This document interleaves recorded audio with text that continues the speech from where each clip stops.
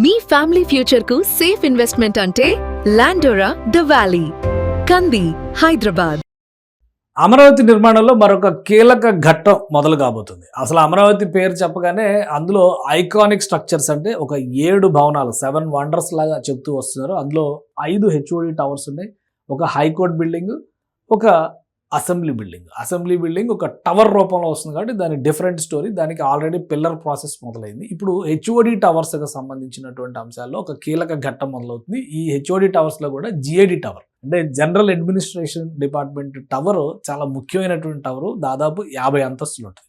Basement plus ground floor plus 49 అంతస్తుల భవన సముదాయం, పైన మళ్ళీ ఒక సర్వీస్ ఫ్లోర్ ఉంటుంది. అది మొత్తం కలిపి చూస్తే 50 అంతస్తులు కనిపిస్తుందని చెప్పని చెప్తున్నారు. 17 లక్షల పైగా ఎస్ఎఫ్టీని నిర్మించబోతున్నారు ఈ ప్లేస్లో.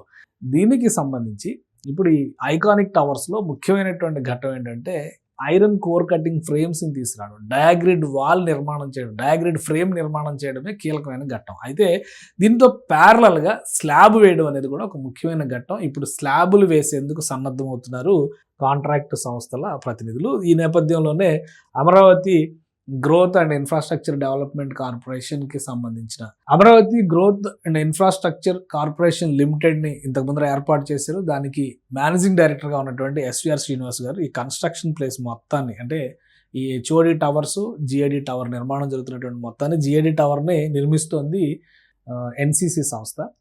ఆ ప్రాంతాన్ని మొత్తాన్ని కూడా ఆయన సందర్శించారు. పైనుంచి మీరు ఒకసారి అబ్జర్వ్ చేస్తే కనుక ఇక్కడ పైనుంచి చూస్తే ఇదంతా కూడా ఇప్పుడు వాళ్ళు నిలబడింది కూడా గ్రౌండ్ లెవెలే, కానీ అంత లోతు తవ్వి కింద నుంచి రాఫ్ట్ ఫౌండేషన్లు వేసుకుని పైకి నిర్మాణాన్ని తీసుకొస్తున్నారు. దీనికి అటు ఇటు ఫ్రేమ్ వర్క్ అంటే డయాగ్రిడ్ కోసం ఐరన్ ఫ్రేమ్స్ని తయారు చేసి వాటిని ఎస్టాబ్లిష్ చేస్తున్నారు. ఇక్కడ మనం చూస్తే కనుక ఇవి పాత ఆల్రెడీ ఎస్టాబ్లిష్ చేసినాయి. వాటంతా కూడా రస్ట్ ఫ్రీ పెయింట్స్ అన్ని కూడా పూసి ఇప్పుడు పనులు మొదలు పెడుతున్నారు.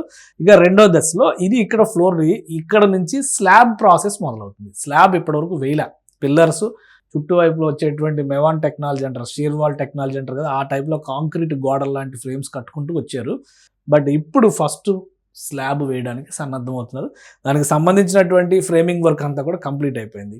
అంటే ఇనుప గ్రిడ్ తయారు చేస్తారు కదా, ఆ తరహాలో మామూలుగా అయితే మనం ఇనుప గ్రిడ్ తయారు చేసి దాని మీద నుంచి పోస్తాం. ఇక్కడ ఏంటంటే ఒక ఫ్రేమ్ తరహాలో పెట్టేసి ఐరన్ ఫ్రేమ్స్ మీద నుంచే ఒక షీటు, దానిపైనుంచి కాంక్రీట్ వేసే విధంగా స్ట్రక్చర్ని నిర్మించడం, దాని మీద కాంక్రీట్ ఫిల్లింగ్ చేసుకుంటూ రావడం అన్నమాట.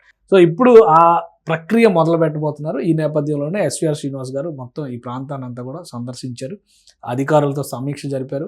అక్కడ జరుగుతున్నటువంటి కార్యకలాపాలు టైమ్ లైన్స్ ప్రకారం నిర్మాణం జరుగుతుందా లేదా, ఎందుకంటే వీటన్నిటికి కూడా 2027 డిసెంబర్ డెడ్ ఎండ్ అని చెప్పారు. ఆ క్రమంలోనే పనులు జరుగుతూ ఉన్నాయి.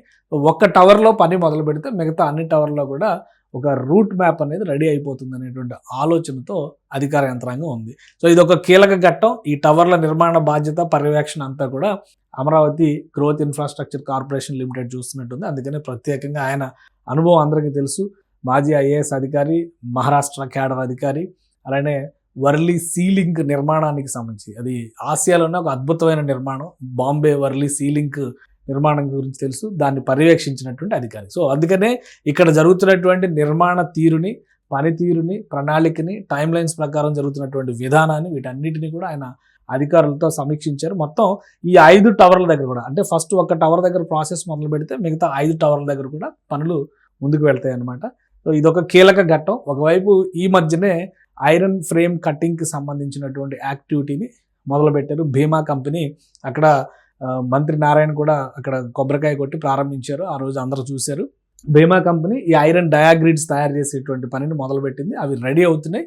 సో వాటికి ప్యారలల్గా స్లాబులు వేసుకుంటూ ఆల్రెడీ ఒక గ్రౌండ్ ఫ్లోర్కి సంబంధించినటువంటి డయాగ్రిడ్స్ సెట్ చేసి ఉన్నాయి కాబట్టి ఇప్పుడు ఫ్లోరింగ్ చేసుకుంటూ ప్యారలల్గా డయాగ్రిడ్ పైన స్లాబింగ్ ఈ టైప్లో ఈ స్ట్రక్చర్ నిర్మాణం జరుగుతుంది. అందుకనే అమరావతిలో ఒక కీలక ఘట్టం కింద దీన్ని పరిగణిస్తున్నారు. ఇవి మొదలైతే కనుక దాదాపు బహుశా ప్రతి నెలకి ఒక 2 స్లాబులు వేసేటువంటి అవకాశం ఉండొచ్చు అంటారు. 15 రోజులు గ్యాప్ అని చెప్పని అంటున్నారు. బట్ ఆ స్ట్రక్చర్ నిర్మాణం అయిన తర్వాత మళ్ళీ వర్క్ చేయడానికి ఎంతవరకు ఉంటుంది, ఒక టవర్ దగ్గర చేసి మరొక టవర్కి వెళ్తారు. ఎందుకంటే ఒక 2 టవర్లు షాపూర్జీ పల్లంజీ కంపెనీ చేస్తుంది, 2 టవర్లు ఎల్ఎన్టీ చేస్తుంది, అలానే ఒక టవర్ ఎన్సీసీ చేస్తుంది. సో వర్క్ బ్యాలెన్స్ ఏ విధంగా చేస్తారు, వీటన్నిటికీ సంబంధించి అధికారులతో, అక్కడ ఉన్నటువంటి ఇంజనీర్లతో ఎస్విఆర్ శ్రీనివాస్ గారు చర్చలు కూడా జరిపారు. ఫైనల్గా ఒక డైరెక్షన్ ఇచ్చారు. ఇది 17 లక్షల ఎస్ఎఫ్టీ ఒక్క జిఏడి టవర్లోనే ఉంటుంది. సీఎం ఆఫీస్ ఉండేది కూడా జిఏడి టవర్లోనే. సో ఒక ప్రతిష్టాత్మకమైనటువంటి కన్స్ట్రక్షన్ అవుతుంది. మిగతా 4 హెచ్ఓడి టవర్స్తో పోలిస్తే అవన్నీ కూడా విభాగాలకు సంబంధించినటువంటి అధిపతులు, మంత్రులు వీళ్ళందరూ ఉంటారు. బట్ సీఎం ఉండేది, మెయిన్ కోర్ యాక్టివిటీ జరిగేదంతా జిఏడి టవర్లో. సో దీని ప్రణాళికని చాలా జాగ్రత్తగా అమలు చేయాలి, టైం లైన్స్ ప్రకారం ముందుకు తీసుకెళ్ళాలి. అందుకనే అధికారులు ప్లస్ ఇంజనీర్లు, కాంట్రాక్ట్ సంస్థలు, దానికి సంబంధించిన ప్రతినిధులు, ఇంజనీర్లు వీళ్ళందరూ కూడా కీలకమైనటువంటి భేటీలు జరగడం అనేది అవసరం అని ఫీల్ అవుతున్నారు. ఈ సందర్భంలోనే వరుస తనిఖీలు చేస్తున్నారు. So Amaravati growth infrastructure corporation limited ఈ నిర్మాణ ప్రణాళికను ప్రత్యేకంగా పర్యవేక్షించేటువంటి అవకాశాలు కనిపిస్తున్నాయి.